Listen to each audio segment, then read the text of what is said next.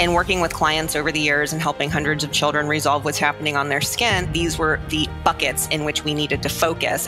Parents end up spending their lives, trying to DIY this for their children. Biggest mistakes that I see people making when they are trying to heal what's happening on their child's skin is... Welcome to the Wiser Than Before podcast, where each episode we'll get a little wiser. I'm your host, Josh Dodds. On this episode of Wiser Than Before, we're talking about how to help your child heal their skin, tolerate more foods, and sleep better. We talk about how to get fast relief from itching, burning skin, how to make sense of random flare-ups, and the most common toxins causing skin problems. Now, anyone with skin issues will benefit from hearing this episode. Even if you don't have a child, there's a lot of sound advice for skin and gut issues. But our guest is a children's skin expert, so we do look through that lens. Jennifer Brand, who has 2 master's degrees in health and nutrition, has a private practice where she solely focuses on helping kids with skin rashes. She shares the biggest mistake people make with their kids' skin, when to remove foods from the diet, and when to keep them in, and the #1 lab test she recommends for anyone with a skin rash. Jennifer busts the myth that it will get worse before it gets better. She explains what a realistic healing timeline looks like, and reminds us to have patience, persistence, and consistency. Enjoy. Jennifer, welcome to the show. Thank you so much for having me. I'm really excited to be here. So am I. So what are the main things people will come see you for in terms of parents looking for help with their kids and their kids' skin health? So the focus of my practice is that I help children with chronic skin rashes navigate the journey to healthy skin so that they can have a childhood free from disruptive skin symptoms. I would say the majority of the clients I see, because we are talking about kids with chronic skin rashes, the majority of them do have eczema. I do see kids with psoriasis. That's probably second in line. Also chronic hives. I see a lot of that.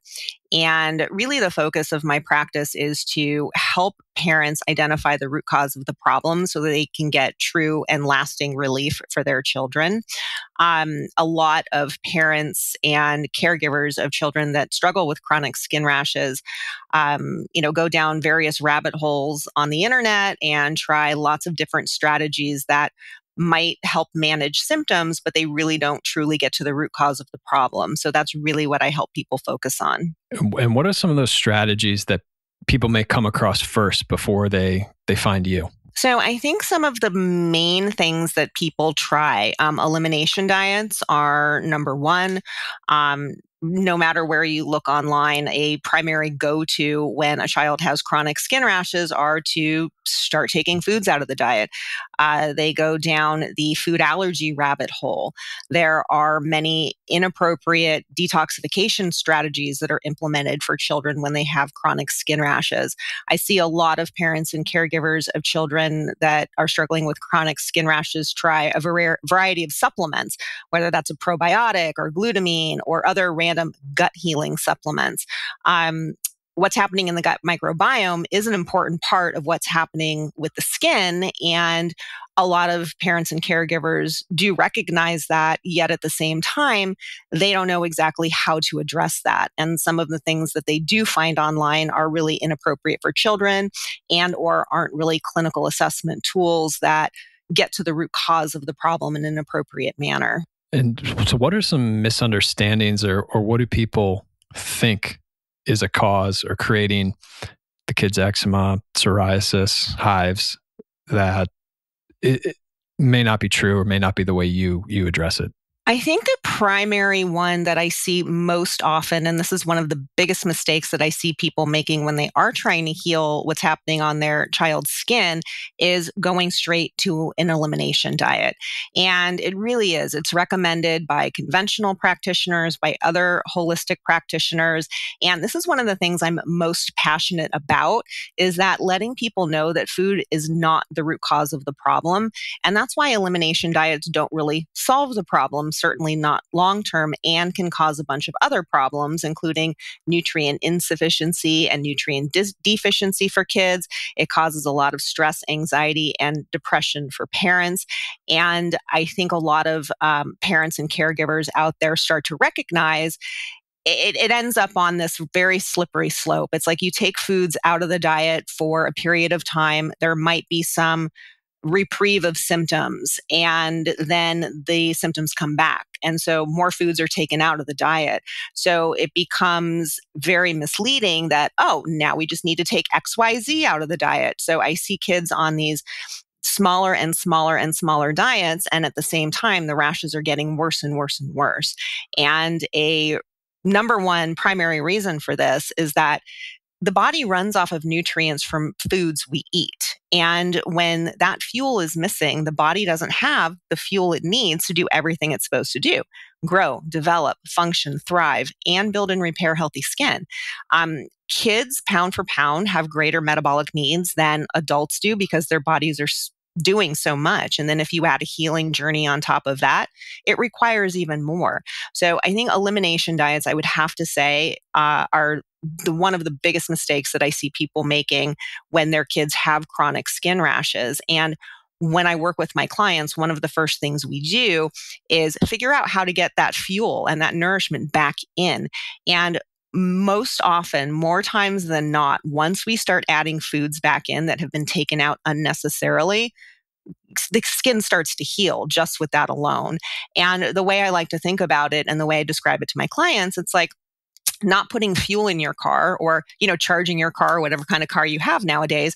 But it's like not fueling your car and expecting it to not only run, but to run better. And it's not going to.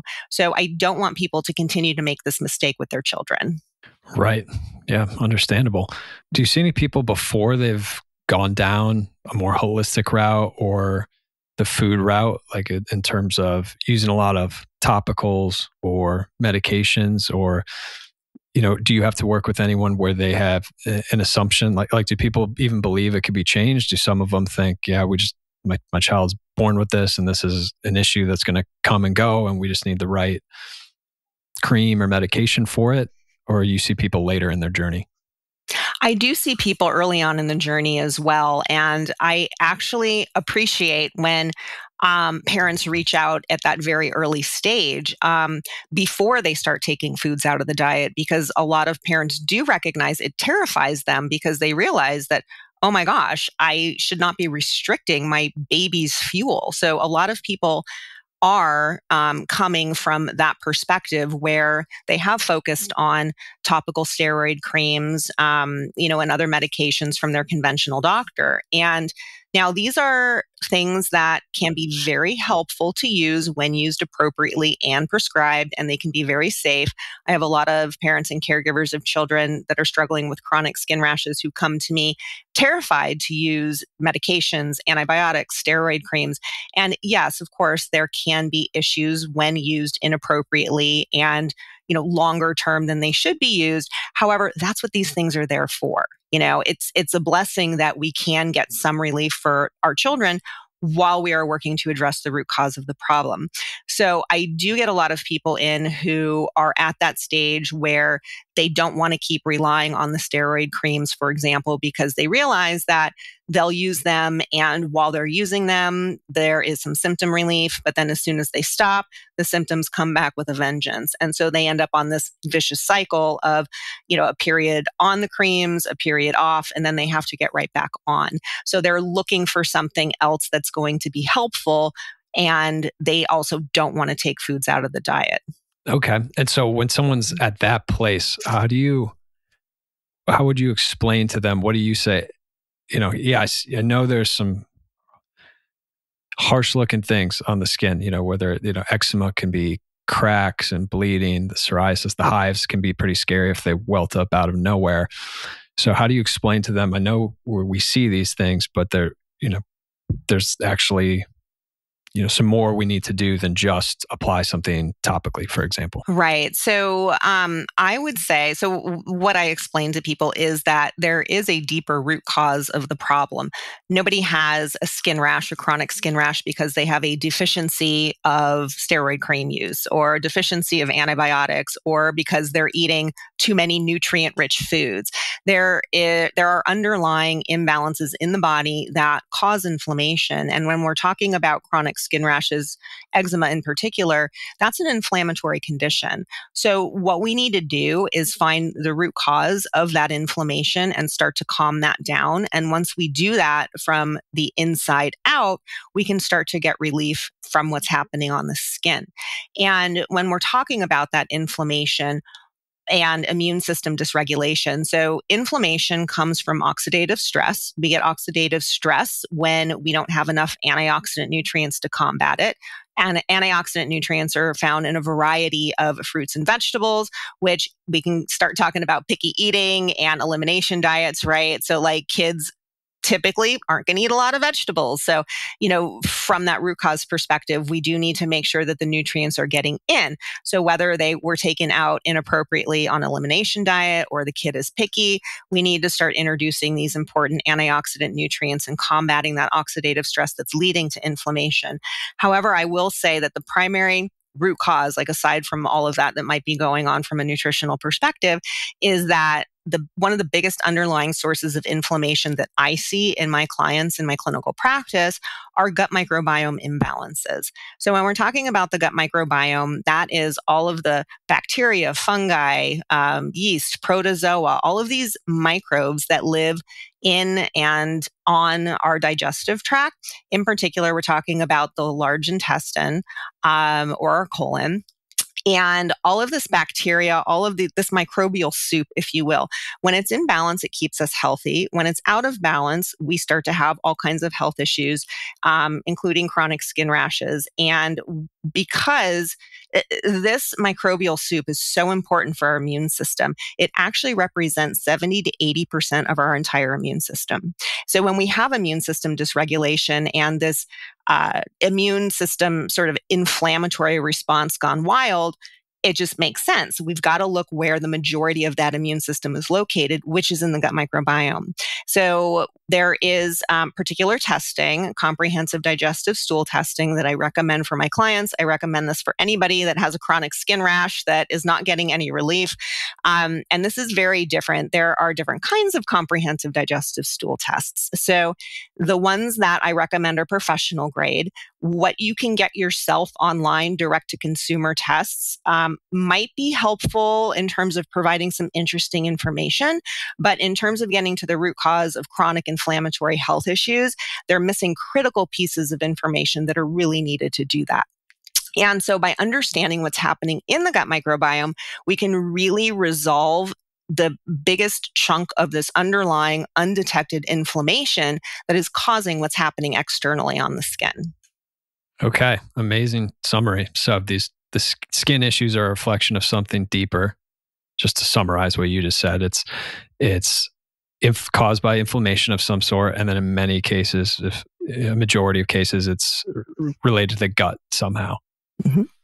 Okay, and then you use the testing. Is that where you usually start doing the testing to look at someone and say what might be behind the inflammation, what's going on in the gut? That is a place that I start. I will say too, there is a process that I undertake in my practice, and this is my proprietary step-by-step process that I've developed because in working with clients over the years and helping hundreds of children resolve what's happening on their skin, I found that these were the buckets in which we needed to focus, and there wasn't anything else out there like this. And so we need to, of course, focus on what's happening on the skin, right? So it's pretty critical to help these children get relief, maximum topical relief, as quickly as possible because they're struggling and suffering with these debilitating symptoms.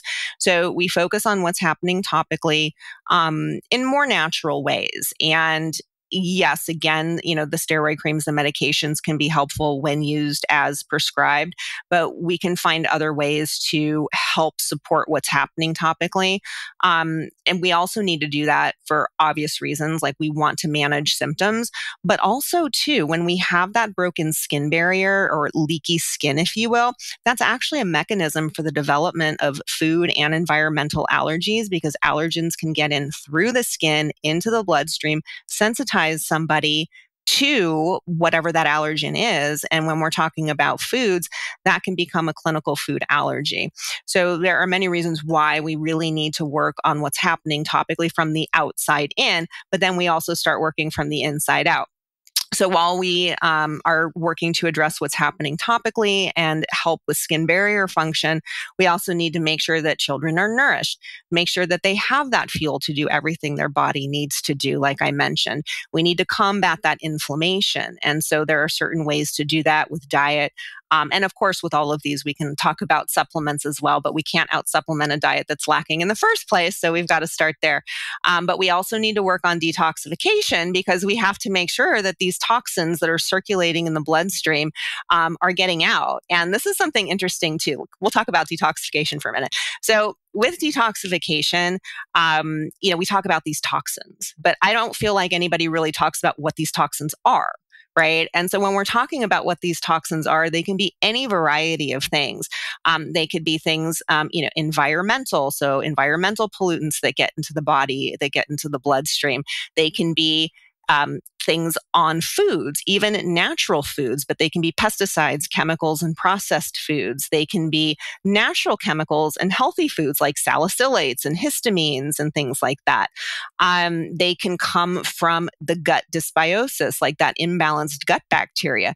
These things, these microbes die off all the time. And when we're talking about problems in the gut, we do end up with gut hyperpermeability or leaky gut, which I know a lot of people are familiar with nowadays.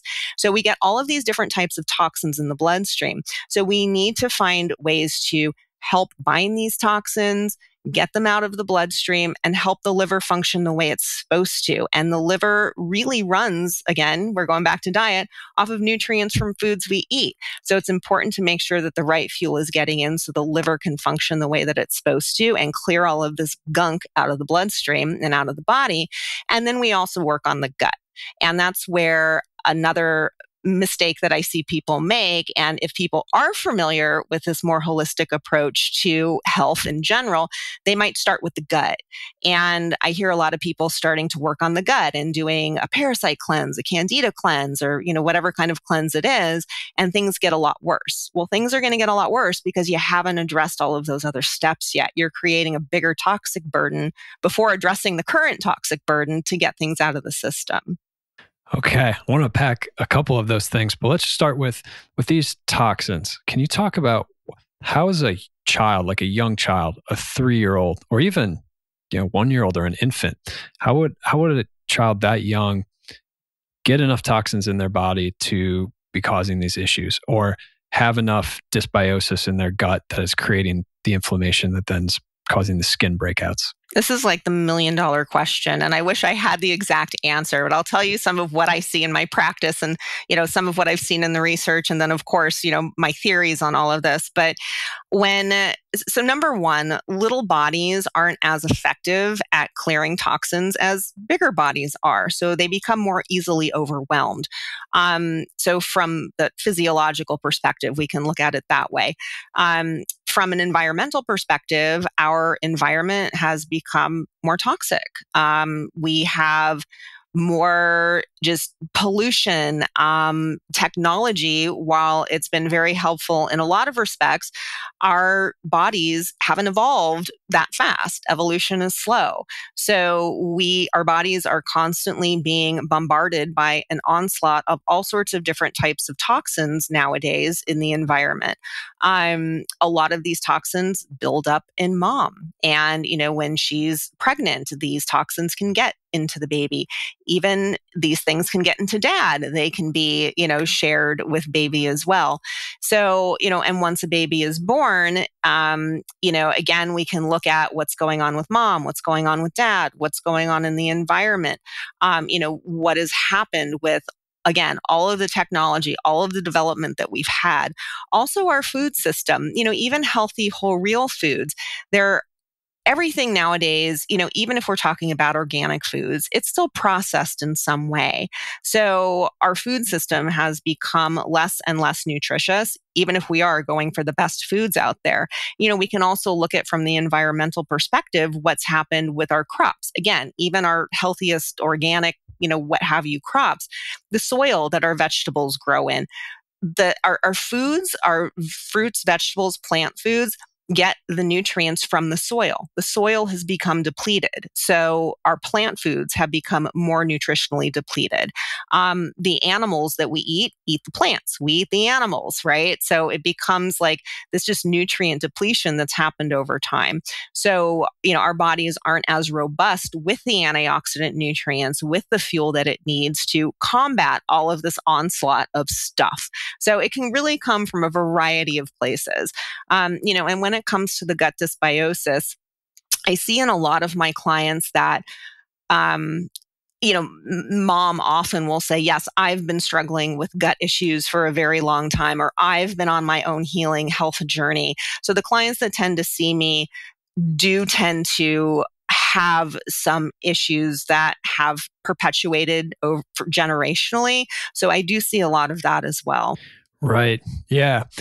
Yeah. And I think one of the challenges, it can manifest quite differently in mom or dad versus the child. So as to your point, like as a full grown adult, an adult could handle, the same amount of a toxin load applied to an adult versus a small child. It's going to have a hugely different effect. So I've seen it too, where the parents, they know their health's off, they don't feel great, but they're still managing, they're still getting by.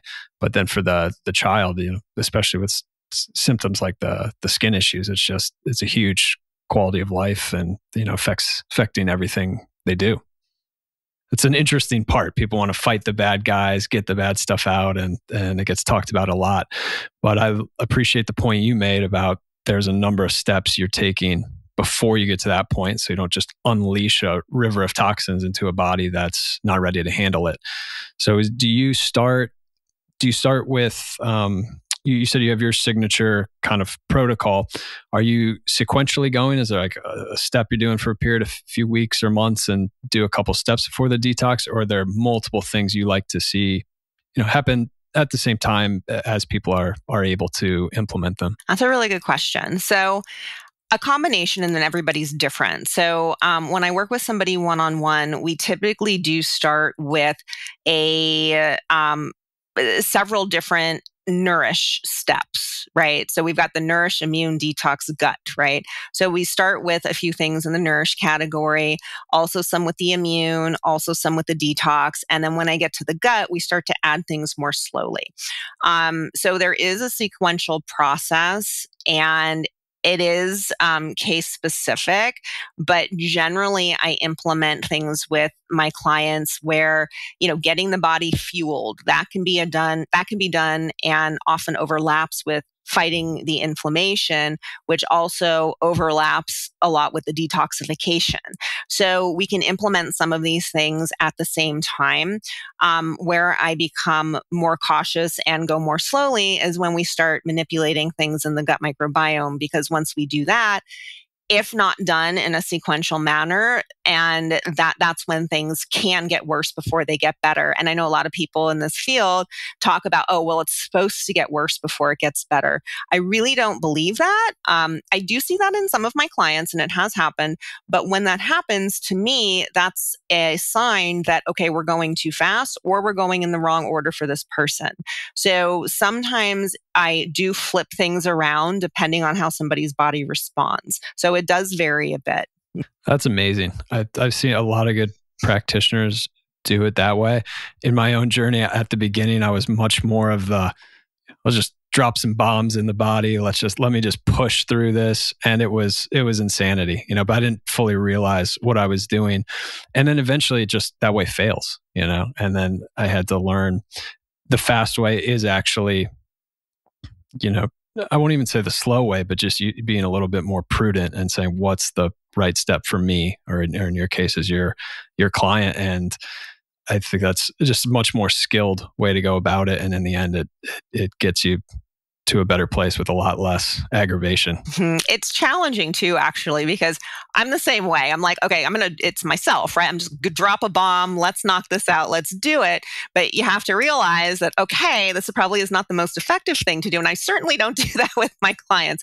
And, I explain this to them because I do have a lot of parents that, want to get to it now. Like, let's do it now. Let's do it now. And I just have to back up and explain, look, we're going to get there. And I will say too, by doing it in the sequential manner, a lot of my clients actually start to have improvements while we're working on these foundational steps.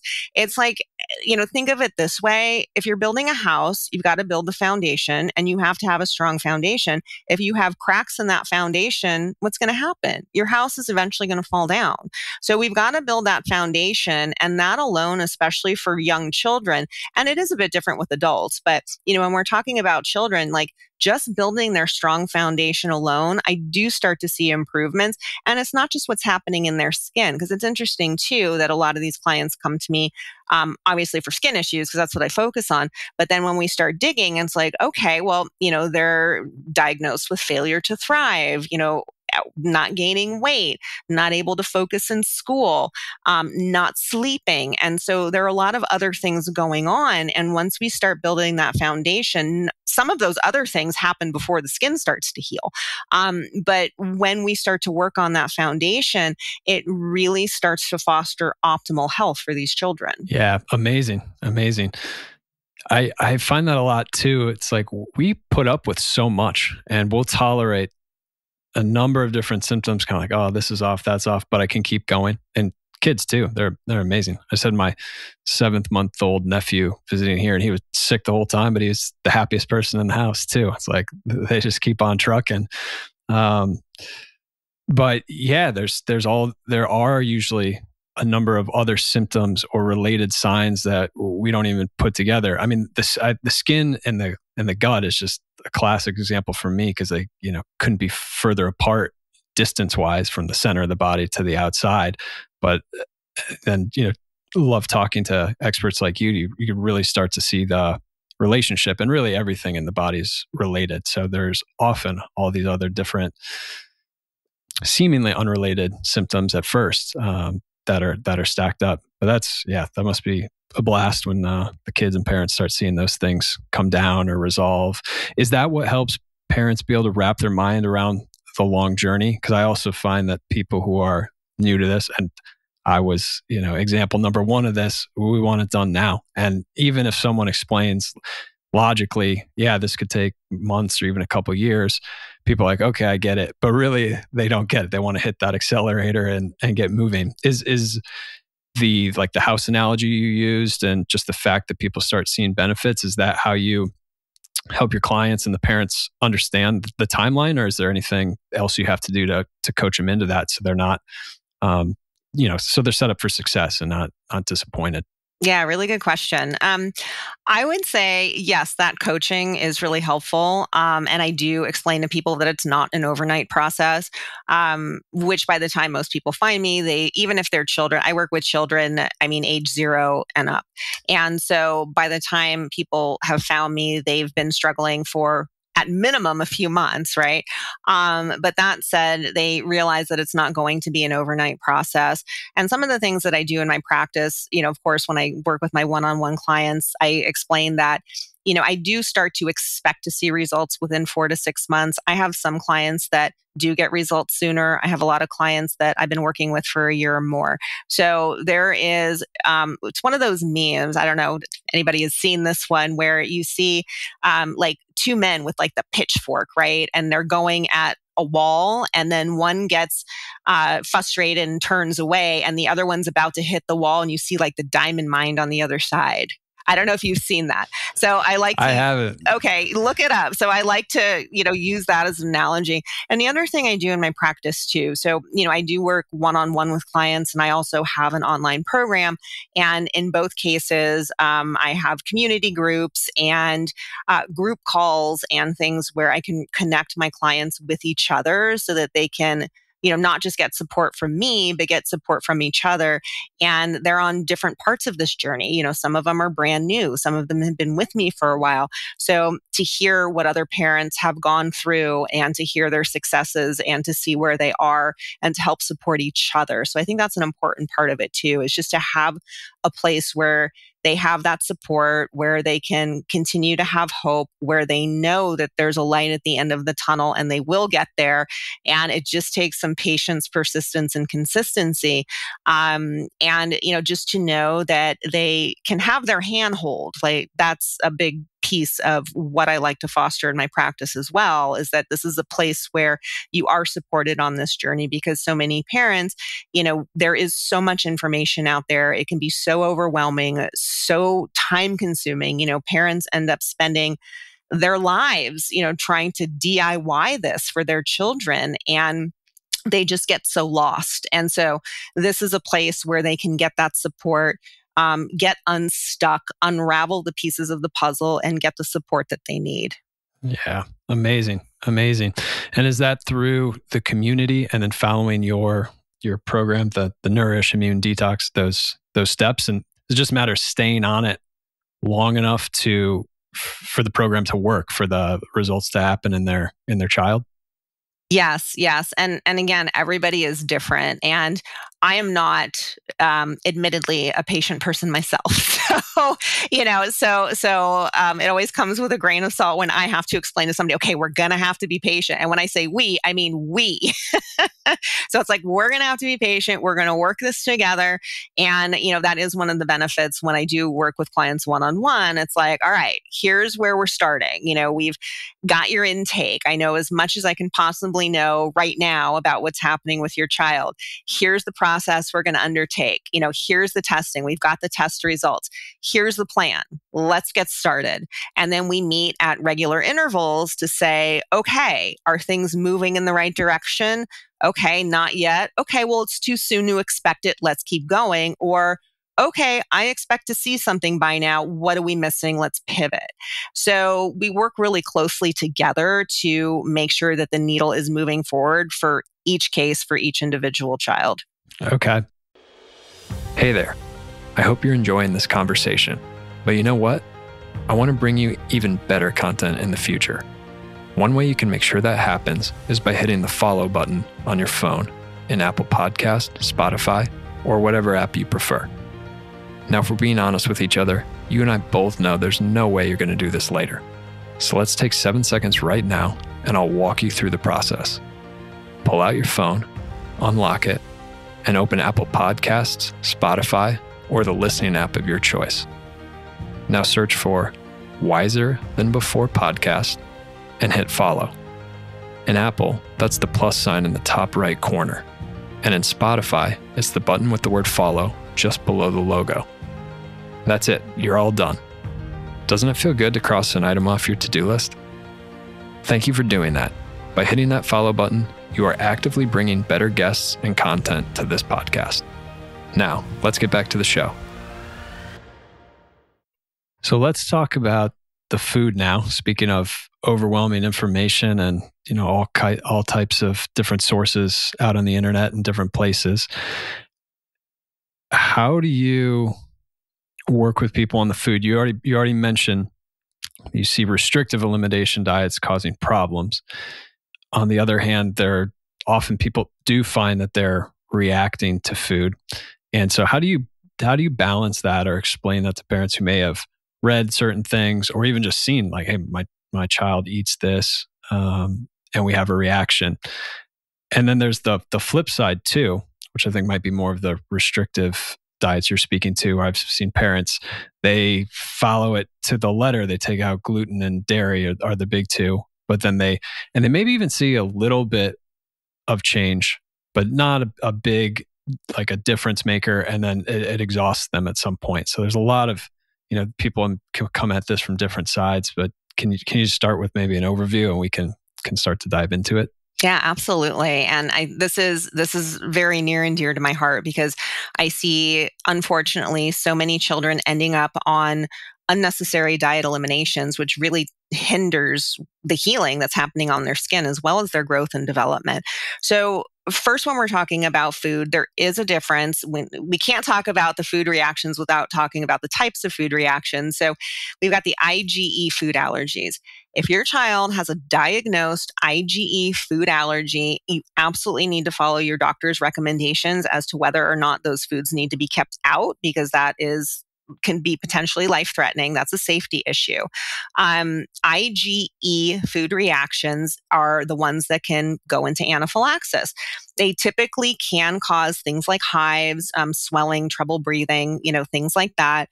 They can flare eczema, but they aren't necessarily what I would consider a root cause of a skin rash like eczema. So food allergies, again, these IgEs, which if your doctor says keep them out, keep them out. What happens is that they trigger inflammation in the body. The reaction triggers inflammation. That inflammation can trigger an eczema flare. So there are two separate conditions. So a food allergy is not the same as eczema. So I like to point that out to people. So those are your IgE reactions. When we're talking about, and those typically happen, by the way, pretty soon after eating a food. So that would be like 10 minutes, maybe up to an hour. So if your child is reacting, and again, hives, swelling, trouble breathing, major flares within, less than an hour after eating a food, definitely talk to your doctor, see if they will recommend or think that you need food allergy testing. In the absence of food allergies, most of the food reactions that we're talking about fall under the food sensitivity category, which are those IgG reactions. So these reactions typically don't cause hives. They cause eczema flares. They can cause some of the, itching, allergy type, like maybe some stuffy nose or gastrointestinal symptoms, but they're not life-threatening. These reactions tend to be delayed reactions. So this is where it might be a few hours later, but a reaction can be delayed up to 72 hours.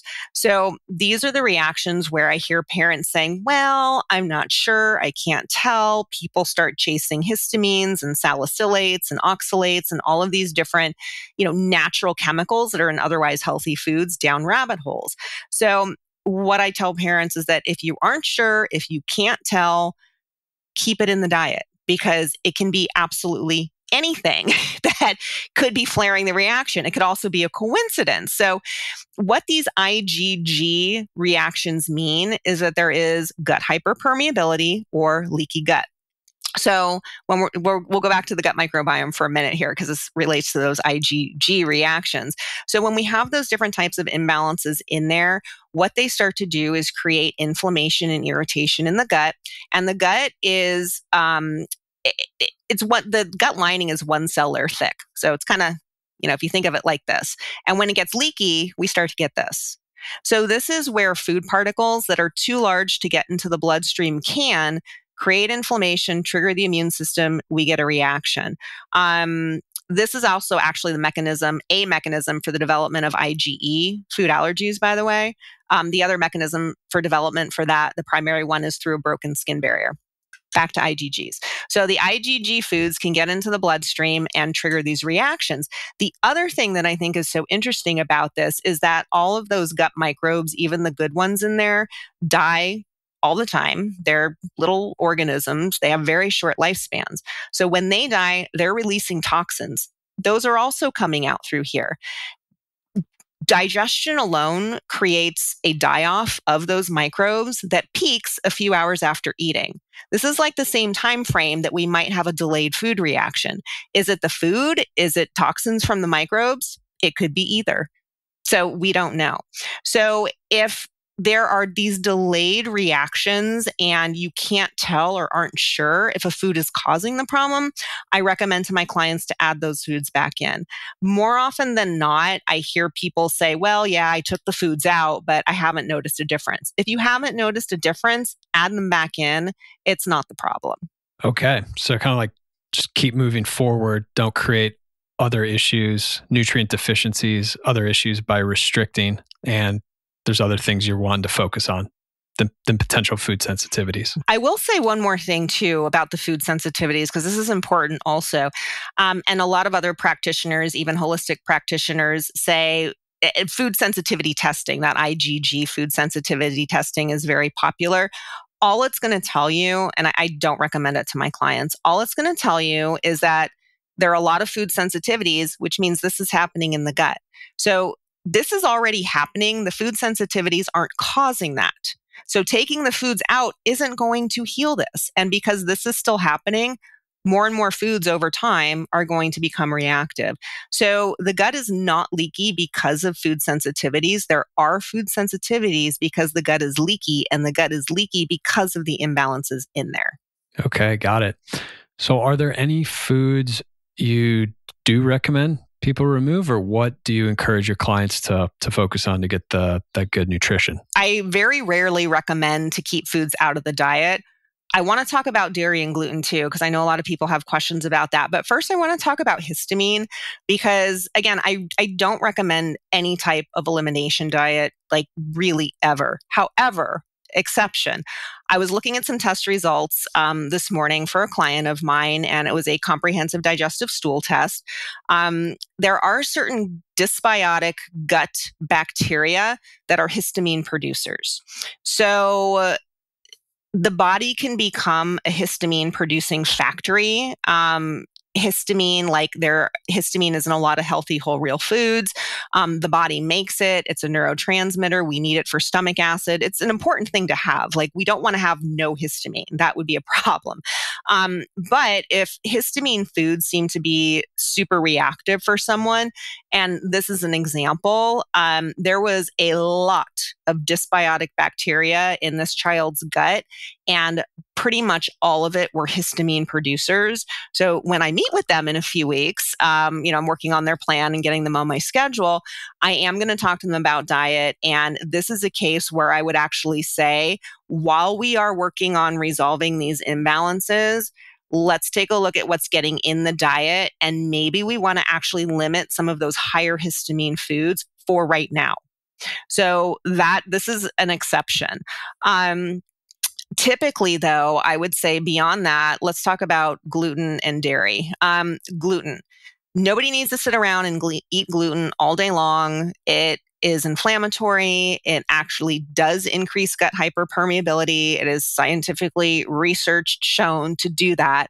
I saw a paper, this was probably last year at some point, that the gluten in the United States and the wheat products in the United States today has 40 to 60% more gluten in it than it did like in the early 1900s. So our crops have become very less friendly to our own microbiomes. So that said, nobody needs to sit around and eat gluten all day long. I do like to see kids enjoy the cake, the ice cream, the cookies, and things like that at the birthday parties and on the holidays. And most of my clients are able to do that unless they have something like celiac disease, where it obviously would need to be kept out. So that's how I feel about gluten. Keep it out most of the time. If it gets in periodically and your child doesn't seem super affected by it and doesn't have celiac disease, I wouldn't overly worry about it. Same with dairy. I mean, hey, cheese is delicious. Yogurt's great. It's a probiotic, so I don't feel like anybody needs to sit around and drink glasses of milk all day long. Once your child starts eating solid foods at around 6 months, the formula, the milk becomes less important. We should be focusing on getting in the actual foods. And so, with dairy, again, if you're not noticing a huge difference in your child, if you've removed it, you could put some back in. That said, so foods that should be getting in, I would say protein is king at the top of the list.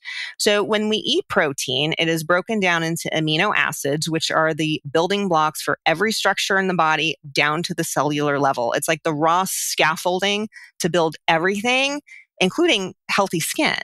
And so kids, pound for pound, like with most nutrients, because their bodies are doing so much and they have such a high metabolic need, they do need more protein. And keep in mind, too, that the guidelines that you see online basically for all nutrients are the numbers to prevent deficiency. They're not for optimal health, and they're certainly not adequate for a healing journey. So getting in enough protein is absolutely key. I would say second on the list to make sure it's getting in would be antioxidant nutrients. And this is a tricky one. This is where the veggies come in, right? And so kids can be picky eaters. So I would say, and I always say veggies and fruits instead of fruits and veggies, because, kids love fruits, which is great, but we also want to make sure that the vegetables are getting in as well. They are more bitter, and bitter foods actually help improve digestion. So we want to make sure that those antioxidant nutrients are getting in. Fiber-rich foods are super important as well. When we're talking about fiber-rich foods, that includes our veggies. It does include our fruits, starchy, non-starchy veggies, and then, of course, whole grains, preferably gluten-free. Those are fiber. They feed our good gut microbes. They can help prevent constipation, which can be a problem for a lot of children, which can take us into a detoxification conversation. And then, of course, I would say also, proper hydration. So many kids, I find, don't like to drink water. They just don't like to drink water.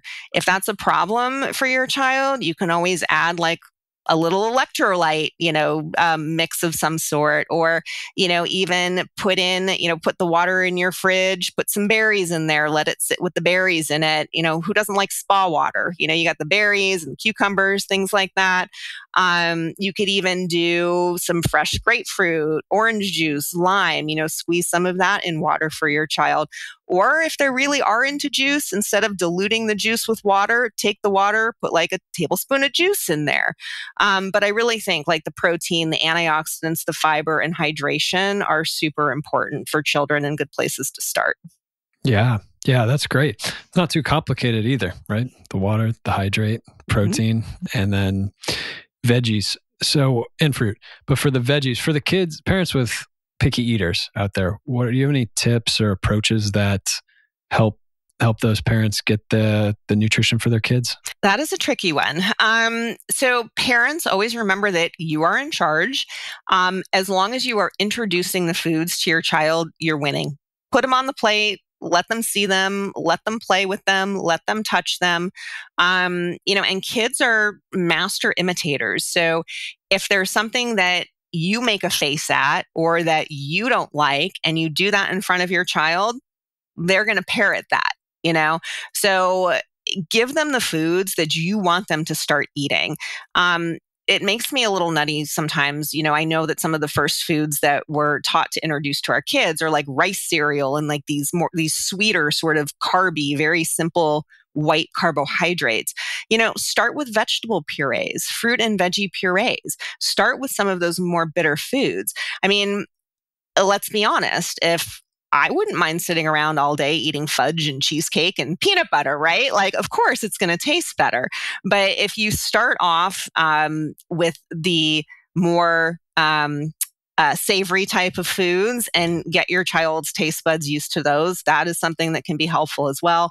And some kids really are just picky, and sometimes too, if your child does gravitate more towards the carby foods that are easier to manipulate in their mouth, get it checked out. Maybe there is something anatomical like a lip tie, a tongue tie. Maybe there's something going on that they are gravitating to these foods that are easier to chew or easier to process in their mouth.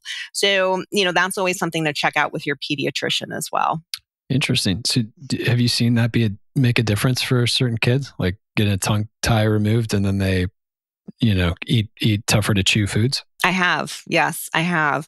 And another thing as well, too, I find that kids really are intuitive eaters also. So they're going to eat when they're hungry. If they're not hungry, they're not going to want much. So, if your child, for example, is between growth spurts, their body doesn't need as much energy. So they might not be eating as much. They might have a lower appetite. Sometimes too, I do always ask parents if the child does have a lower appetite or doesn't like some of the harder to digest foods. I do start inquiring about, are there any gastrointestinal symptoms? What are their bowel movements like? And of course, if you're working with me in my practice, we're going to do a comprehensive digestive stool test anyway. But, sometimes there is something happening in the gut, problems with digestion and absorption that is making it harder for them to process those foods. nutrients. So again, kids are intuitive. So paying attention to those cues that your child is giving you can be really important to help you understand that, maybe it's not that they're just picky. Maybe there's actually something else going on that should be checked out. Right. And maybe that could lead us into the detox side, or you also mentioned immune as a part of your program. Can you touch on that? How you do you address that, or is that more of a describing what's happening in the body as a reaction to some of this inflammation and causing some of the skin issues? Mm-hmm. I do address it with my clients. So the immune portion of what I do came out of some testing that I do with my clients. So another primary test. So again, number one, don't pass go. If you got skin rashes, comprehensive digestive stool test. I do that first. A second line test that some parents like to do, and sometimes I'll recommend it depending on what's going on with the child, urinary organic acids testing. So this gives us a different picture of what's happening in the body in a variety of different pathways. So it does look at detoxification pathways, mitochondrial function. It looks at markers of inflammation and a variety of other things. And so when I do this testing on kids, and over the years across the board, I have seen low levels of antioxidant nutrients. This was like in every single test that I've done on a child of this test. And I used to work with adults. I haven't worked with adults in years, and I focus with children now. But when I was doing this testing on adults, I wasn't seeing the same pattern. And I thought that that was very interesting. So I started actually preemptively including this concept for everybody because I was seeing it across the board. And so this is where, we're talking about that inflammation, and inflammation, again, it comes from oxidative stress, which comes from not having enough antioxidant nutrients to combat that. So this is where, again, when we talk about diet, why veggies and fruits are so important. And then also certain antioxidant nutrients, which of course we start with food, but then in my practice, like I will supplement, for example, like a vitamin C might be something that I would do for people, maybe a glutathione or an NAC supplement. And again, that's very case specific. But I do include those things for my clients. So that's where the immune and combating that inflammation category has come from. Okay. And then, so now let's just go into the detox portion. Can you cover some of the mistakes or things people jump into too fast, and then conversely, how you like to approach it? Yes, and this is a really good one because so many of my clients, when they find me, they are focused on, cleanses and juicing and different types of, whatever you find online to cleanse the liver. And, there are time and places for these types of strategies, like juicing, for example. If you're juicing a bunch of veggies and fruits, that has a bunch of antioxidant nutrients, which is great. But what I teach people in my practice, and what I'll share with you now, is that the liver really runs off of nutrients from foods we eat. So to kind of break it down or simplify it, we'll look at it as 3 phases of liver detox. So there's phase 1, phase 2, and phase 3. So phase 1 takes toxins from the bloodstream and starts to process them and get them ready to get them out of the body. Phase 1 primarily uses different vitamins, minerals, nutrients, right? So then we get between phases 1 and 2, things can get really toxic. Like not everything needs to go on to phase 2. Some things go through phase 1, they're done, they get sent to the gut, to the kidneys, they get peed out or excreted in bowel movements. But other things need to get to phase 2. And between phases 1 and phase 2, these things can be more toxic. And so this is where antioxidant nutrients are used to help combat that stress and those toxins. So this is another area and another reason why antioxidant nutrients are so important, because now these toxins are more toxic. And then they go to phase 2. Phase 2 in the liver uses a lot of amino acids. Amino acids come from protein-rich foods, which is another reason why we need to eat protein. So once we get to phase 2, like if we're not eating enough protein, things can get backed up. These toxic toxins that are now more toxic floating around, if they're not enough antioxidant nutrients, they're going to cause a lot of oxidative damage and more inflammation. So once things then go through phase 2, these amino acids and other nutrients like package up these toxins and then send them to the gut where they get excreted, again, bowel movements, or they can get, to the kidneys and urinated out. So this is also where, if your child's constipated, this is something we need to address. So it's like when we're talking about detoxification, we need to make sure that those proper nutrients are getting in. And then we need to make sure that they can get out. So we need to be having regular bowel movements. So if your child is not going to the bathroom at least once a day, these toxins are going to get reabsorbed and recirculate in the body, and they can cause flares. And not only that, I see this in a lot of my clients. Not only does the skin get worse if the child hasn't had a bowel movement in a few days. I had a parent earlier this week telling me that they were noticing that when their child, is constipated, like it's gone on for a few days, the child starts hitting mood, behavior, just the child behavior changes. And then they have a bowel movement, skin's better, mood is better. Not a coincidence. So we need to make sure that there's a bowel movement, these toxins are getting out. And hydration becomes super important here because that helps prevent constipation. It also helps flush things out through the kidneys, which, again, another major route of detoxification. So in my practice, the main things we focus on are we getting the right fuel in to fuel the liver? Are we having daily bowel movements? Is there enough hydration? And then I do also, with my clients, we will use certain types of binders, things to help foster all of that. But we don't do that until we make sure that the other things are also happening as well. If the hydration isn't enough to increase bowel movements to resolve constipation or help bowel movements once a day, where do you go next? That's a really good question. And a lot of my clients, that does happen, and it can be for a variety of reasons. I will mention fiber with this too, because I think this is an important concept. A lot of people do go to fiber, and it is a good place to start. Like if not enough fiber is getting in to begin with, increasing that is important and it can help.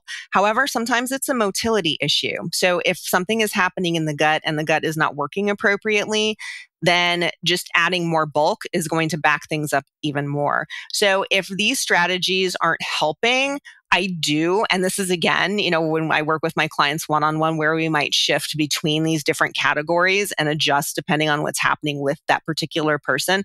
Sometimes we do need to, start working on the gut and resolving those imbalances to get everything else moving. Right. Yep. Okay.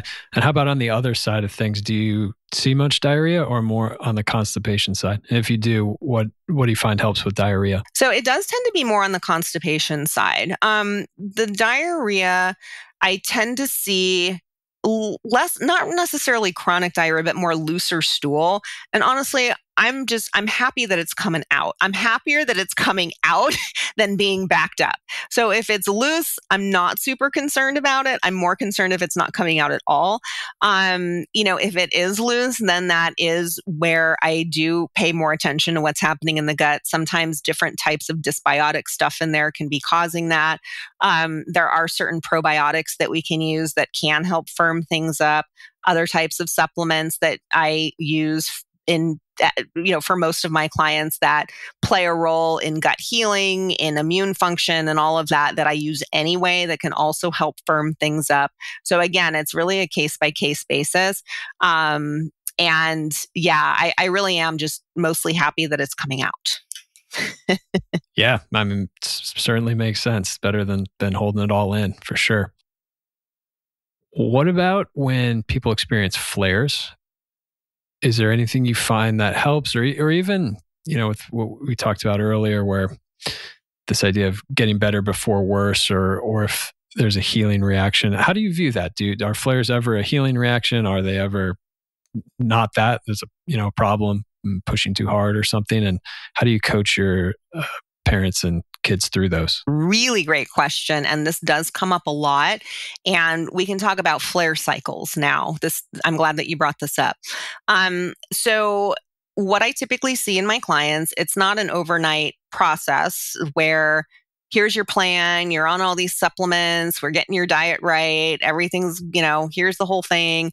It's not like you're going to wake up tomorrow and everything's going to be fine. It's not like it's going to be next week that everything's going to be fine. and the flares can continue to happen.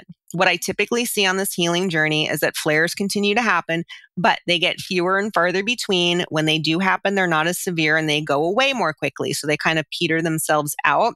Now, the interesting thing with the flares is that they can happen in cycles. And I do hear this from the great majority of the parents that I work with, is that, and even before people, I think it's kind of the general trajectory of what they see with their children with their chronic skin rashes, that there's a flare and then it starts to heal up, and it's just people get excited. Oh my gosh, maybe this is it. Maybe it's not going to come back. Boom, it comes back. And it seems to be, maybe every couple weeks or something. It's like a pattern. So what is happening, if this is what you're seeing, is that we can talk about the die-off of those gut microbes again. So these microbes, the bacteria, the fungi, the protozoa, they have life cycles. They're not very long life cycles. These are tiny little organisms. So when they're growing, proliferating, not many are dying. You're going to be between flares. Then they start dying off. They're creating toxins. Those toxins start to overwhelm the little bodies. There's going to be a flare. Then they start growing and proliferating again. And then you've got a reprieve. And then the cycle keeps going. So that's what I typically see with my clients. And it's very misleading for people too, because they're seeing these patterns and they're like, oh, I have to take out another food. Or, they start focusing on all of these external factors without realizing that it's actually what's happening internally. So once we get started in working on the plan and, I explain this to parents, they start recognizing, yep, we didn't change anything else. Nothing else has happened. It wasn't the food. I'm starting to understand that that's what's happening. I'm starting to recognize it. So once we recognize it and really are able to focus back into working on resolving those internal imbalances, it helps just people mentally realize and understand what's going on instead of the, oh my gosh, starting to chase random triggers again. So I think that alone and helping people understand those flare cycles can be, very helpful for understanding what's going on with the journey. Yeah, I imagine that's incredibly valuable for people because I understand what it's like too. Like when you're not well, you eat food and just feel terrible, right? Even if you don't have a flare. Like I remember, I've worked with clients or even myself, I would fall asleep almost after some meals. And for the beginning, for a while, I was trying to pinpoint the food. And then eventually I realized exactly what you're saying. It's like, no, there's some bigger issues going on deeper inside the body. But it's so valuable because then people can stop stressing and running frantically around the food or some of these external things and focus on the big things. And if they can just stay on the plan that they're working on with you or their practitioner for long enough, then they got a much better chance of getting there. You have no chance of getting there if you're changing strategies every week. Every time there is a flare or some type of negative symptom increase, it really evaluating that, making a smart decision about it is key because you don't want to do something to hurt yourself. But if it's part of your body rebuilding, then not stopping the plan is half the battle sometimes. It is absolutely. And I think that is one of the most challenging things. Again, for me in particular, because I am not a patient person, but it requires patience, persistence, and consistency. And I'll tell you, I have a lot of parents who are just like me. And it's like, okay, it's been a month, nothing's happening. And in my head, my first thing, I'm looking at the plan, like, what can we change? I'm like, okay, wait. And I have to tell myself, patience, persistence, and consistency as well. But it really is key. And, we have to allow the body to go through its natural process and heal, because the body can heal on its own if we give it the resources to do that. So what we're really doing is working on getting things out of the way that are preventing the body from healing, giving what it needs to heal, and then letting it do that. And I think that is such an important concept. And because everybody is different, I wish I could tell people like it's going to be X number of weeks, or it's going to be this amount of time. And it's just unfortunately not like that. But with that patience, persistence, and consistency, over time, people do start to see improvements. And it's like, oh, we haven't had a flare. It's been 3 weeks without a flare instead of 2. And now it's been 4. And, oh, there was a flare, but it went away really fast, and so we start to look for those smaller wins. And I think that also helps keep people motivated to keep going in the right direction. And it is too, one thing I do with my clients is track symptoms between sessions, and, we give them scores and such. And it is interesting to see the numbers and to see what's going on, because when you're seeing it every single day, you might not notice these subtle changes. And so when you do look back at the data that we collect, you can start to realize, like, oh my gosh, I do remember where I was, or where they were 4 months ago. And oh my gosh, it is better now. So it unfortunately is a slow process, but at the same time, it's very rewarding to see those changes happen. Yeah, yeah. Oh, we forget, like, we have such a fast-paced world full of technology and everything at our fingertips. We really, and I do this too, you lose sight of the timeline of the body. I mean, we wouldn't go plant a tree and expect it to be 50 feet tall in 3 months. These things in nature take time to build, and our bodies are a part of nature. They're not lightning speed technology. I love that analogy. I love that technology analogy, because even today, things get faster and faster, and we're so used to these small, like, sound bites of information and all the apps that we use. It's like instantaneous. Yeah. Yeah, yeah. I mean, going through my healing journey, one, like, amazing benefit was it really gets you back in touch with your body. And I was so out of touch because I was just in the fast-paced modern world. And so then start to listen to it and realize some of these things you're saying, like, okay, I may have a couple weeks where it's better, better, better. And then it may be, body might be cleaning some stuff out for a couple weeks, and it's not going to feel great. And just learning it and trusting that process, like you said, the body can do. I mean, the body is more wisdom than we'll ever have when it comes to rebuilding itself. So, like you said, taking out what's causing problems and giving it what it needs, and then just try and get out of its way. That's a big part of our job. Right. We need to get out of the way, let it do what it's doing. Right. Because it knows what to do. It needs a little help, but it knows what to do. Right. Yeah, Mm-hmm. It does. It does. What are some of the biggest questions that you parents will come to you with? I'm talking maybe early on, because I'm sure once they get in the program, you get all this great information and start to change their approach. But what are the main questions you hear from people as they're trying to understand why are all these skin issues, these painful issues happening to my child, and they're trying to wrap their mind around what could be causing it? That's a really good question. There's so many questions that people ask. I think a lot of them we've talked about. What can my kid eat? What should I take out of the diet next? What should my child be eating? So that's a big one.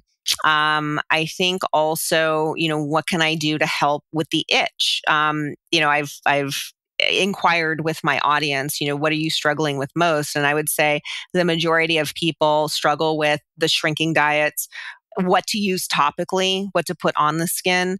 And that is a really challenging one, because everybody is different. And when we are talking about chronic skin rashes, while we can help manage symptoms from the outside in, it really is an inside out approach as well. So there are, some different types of strategies that we can use externally. I actually have some free resources, so we can link things for people, but I do have a free guide. It's called Ditch the Itch, where, I talk about skin barrier function and things that we can do externally to support that. Because again, of course, we want to manage the symptoms as best we can, because they can be absolutely debilitating for people. But having a broken skin barrier and that leaky skin is also a mechanism for the development of food and environmental allergies, which is why so many kids that have eczema are at greater risk for developing food allergies, because they can get sensitized through that broken skin barrier. So doing things to manage what's happening topically can be really important. I think also a lot of parents that find me, they want to know, what supplements can I give my child? I'm giving them a probiotic because I read that's helpful. Which probiotic should I give them? I have a probiotic free guide too, if people want to take a look at that. And that one I always think is really interesting as well. There are a lot of researched probiotics for different skin conditions. And I will say that The research, yes, is very helpful, but it can be very different than what's actually helpful in clinical practice. So I don't necessarily find a lot of those research-based probiotics as helpful as they seem to be based on the research. So, helping people identify what they should be using, in terms of a probiotic. So that's a big question I get as well. And I think also, sleep is a really challenging one for people. Kids aren't sleeping when they are this uncomfortable. And, we are talking about absolutely debilitating, painful, itchy, weeping, scratching until bloody skin, where parents are co-sleeping with children, because they have to hold their arms down so they don't scratch all night. So nobody's sleeping. So, this takes us back to what we can do to manage symptoms topically. But, also strategies that can, help calm and soothe children so that they can get some better sleep. So I would say those are probably some of the main things that I focus on with people when they first come to me. Those are some of the biggest concerns people have. Okay.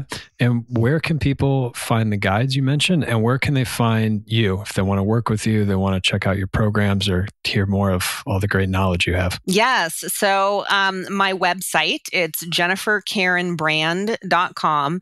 And the Karen is spelled funny. It's Caryn, my middle name. So it's JenniferKarenBrand.com.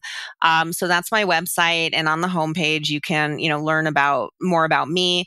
There are links to the free guides that I have. I actually have several. I have one about probiotics. I have one called Ditch the Itch. And I also have a detoxification one too, that goes into those strategies for detoxification that we talked about today. There's also a free masterclass there that goes through some of the other biggest mistakes that I see people making when they're trying to heal their child's skin and what to do instead. And then there are also links there to take a look at the online program I have, which is a great place for people to get started. It does walk you through each of those buckets that we talked about. So the topical strategies, the nourish, immune, the detox, and the gut. And then there's also a link there to learn more about working with me one-on-one as well. Fantastic. Jennifer, thank you so much for being on the show today. It's great having you. Thank you so much for having me. I really enjoyed talking with you today, and that I hope everybody listening finds this information helpful. Hey there. I hope you enjoyed this episode and that you feel you're walking away wiser than before. I want to bring you even better episodes in the future. One way you can make sure that happens is by rating this podcast. The more of you who rate this podcast positively, the better guests I can bring you. Since you and I both know you're not going to do this later, I'll walk you through the 10-second process right now. All you have to do is follow along. Take out your phone and unlock it. Open up Apple Podcasts, Spotify, or whatever app you listen on, and search for Wiser Than Before Podcast and click on the show. In Apple Podcasts, you have to scroll down towards the bottom, past the most recent episodes. When you get to the ratings and reviews section, click on the blank stars to rate. In Spotify, beneath the logo and name of the show, you'll see 3 horizontal dots. They're just to the right of the bell and settings icons. Click those 3 dots, and the second option is to rate the show. Hit the blank stars and fill them in. All done. You can cross that off your to-do list and start looking forward to even better episodes in the future. Thanks for listening, and we'll see you next week, even wiser than before.